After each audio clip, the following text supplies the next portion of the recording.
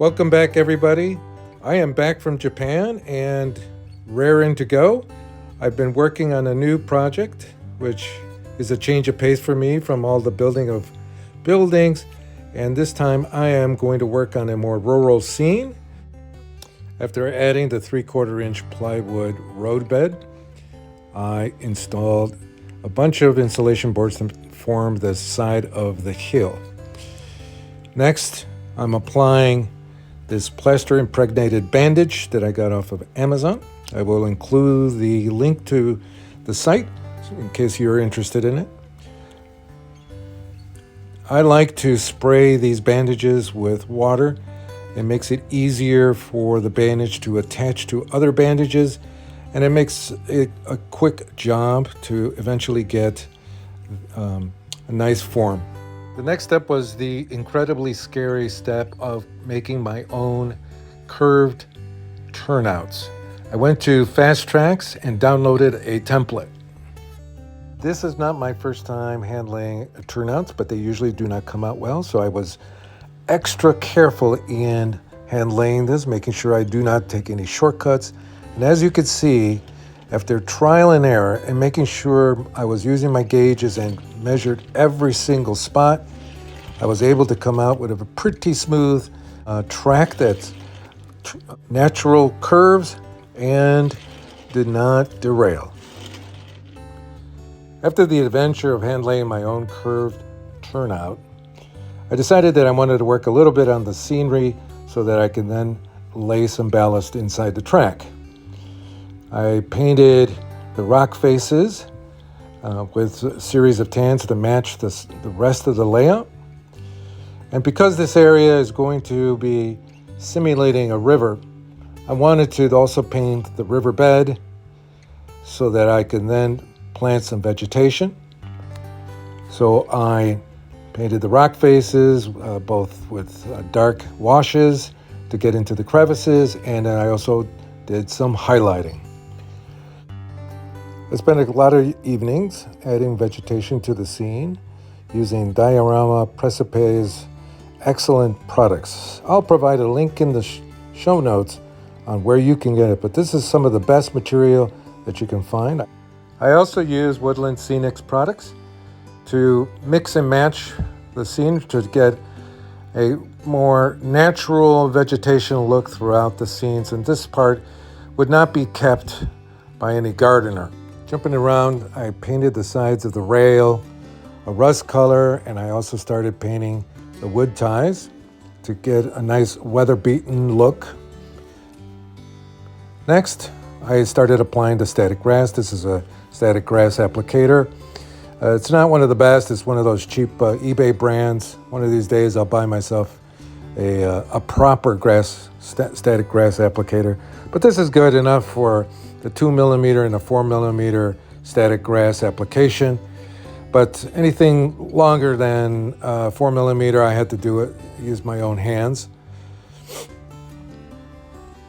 I don't know about all of you, but I find painting, track, and weathering scenery and weathering freight equipment very relaxing. So it's a very zen moment for me to just put on a podcast or some music and just take my time and paint the track and weather it to the point that I start seeing it coming together and giving me a good sense of accomplishment.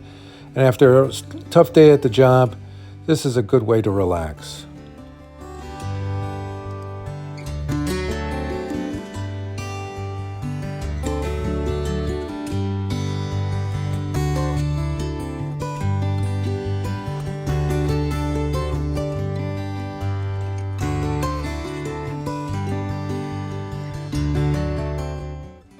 Next is ballasting. And because this is a small industrial railroad, it's not going to be the fancy ballast that the Class 1 railroads use.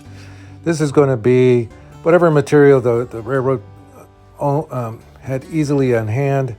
And I would imagine this could be like decomposed granite or even dirt. So the material I use is some natural material that I find in my backyard underneath the porch. and I spread it on the top, on the track using a makeup brush. And I find it to be a perfect tool to lay the ballast down and form the shoulders of the track. I also use my fingers to push them down so they're not resting on top of the ties. Next, I use some wet water, which is for me water mixed in with some rubbing alcohol, and I spritz the entire area with this mixture so that the white glue will not bead up and instead will soak nice and gently into the ballasting area. Here I am pouring the diluted white glue into the track. This is a photo for my inspiration on what I was trying to achieve on my track.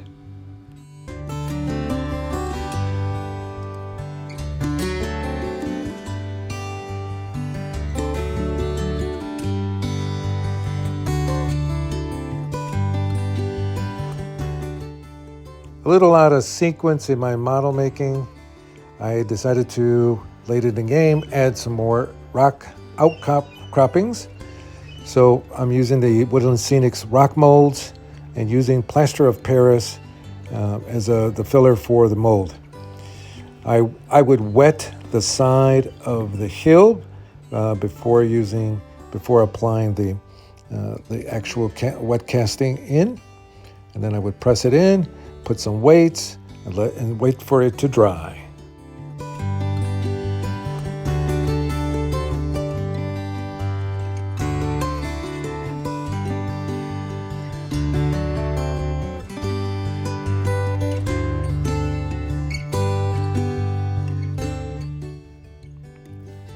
After the outcroppings were added, I added some more detail for the river.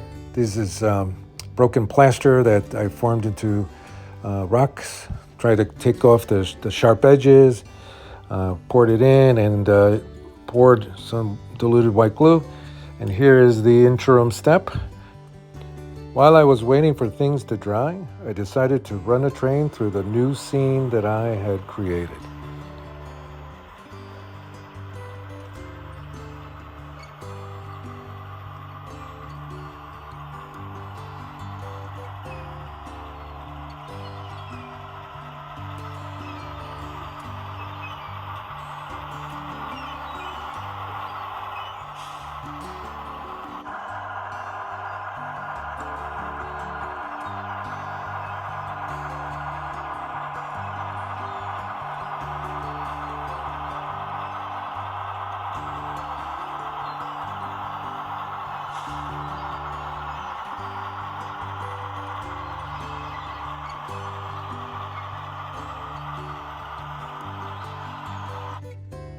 Work continued after the glue dried, and I started painting some of the rock.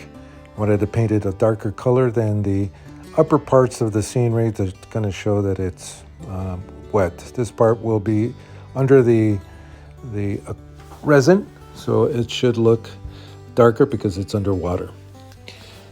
After painting this area, I started also laying down some glue so that I could start adding the kind of the grass that you see along some of these rivers that start silting over. Here I am using some diorama precipice material, and I started cutting it to length and started individually gluing them down. I wanted to bunch them up so that they don't look like these tufts of grass, but I wanted it to be natural so that it looked like it was growing along the river and not just, I was drilling holes and putting in some, but it's to spread it out so it looks a lot better. I'm using Mod Podge on the dark areas to simulate wet rocks.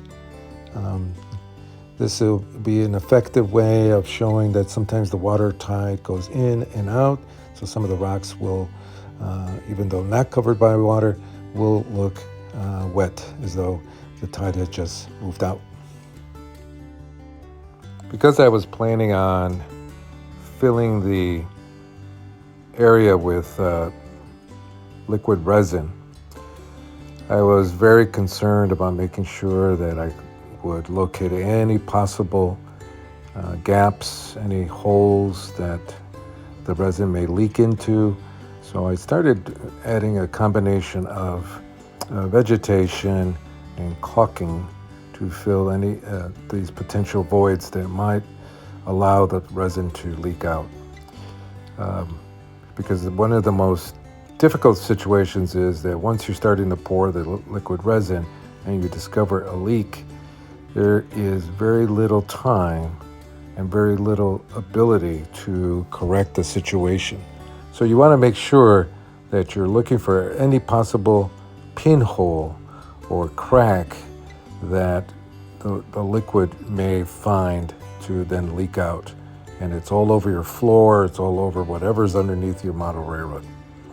I also modeled a boat to carry crates of olives, and this is my simulation of a crate with the olives, which are basically seeds. Here's the boat.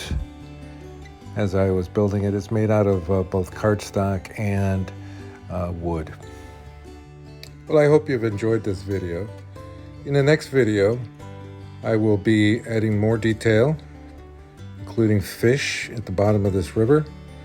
And then, as you can see as a preview to the next video, you can see these wood dams that I've already attached to the ends of the layout. So to contain the liquid resin, I've already caulked almost all of this area so that hopefully I've gotten every single little pinhole covered with the caulking. The clear resin will cover the caulking so you won't see it, but it hopefully will seal everything. I've already put the boat in, and here again is the dam. These dams will be removed once the liquid resin is hardened. I will continue to scenic the rest of this scene and hopefully find a way to model grapevines, because of course this is a 1930s Italian village with vineyards.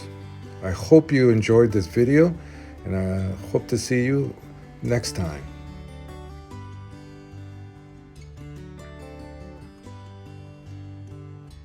Thank you for visiting the little fishing village of Amalfitano.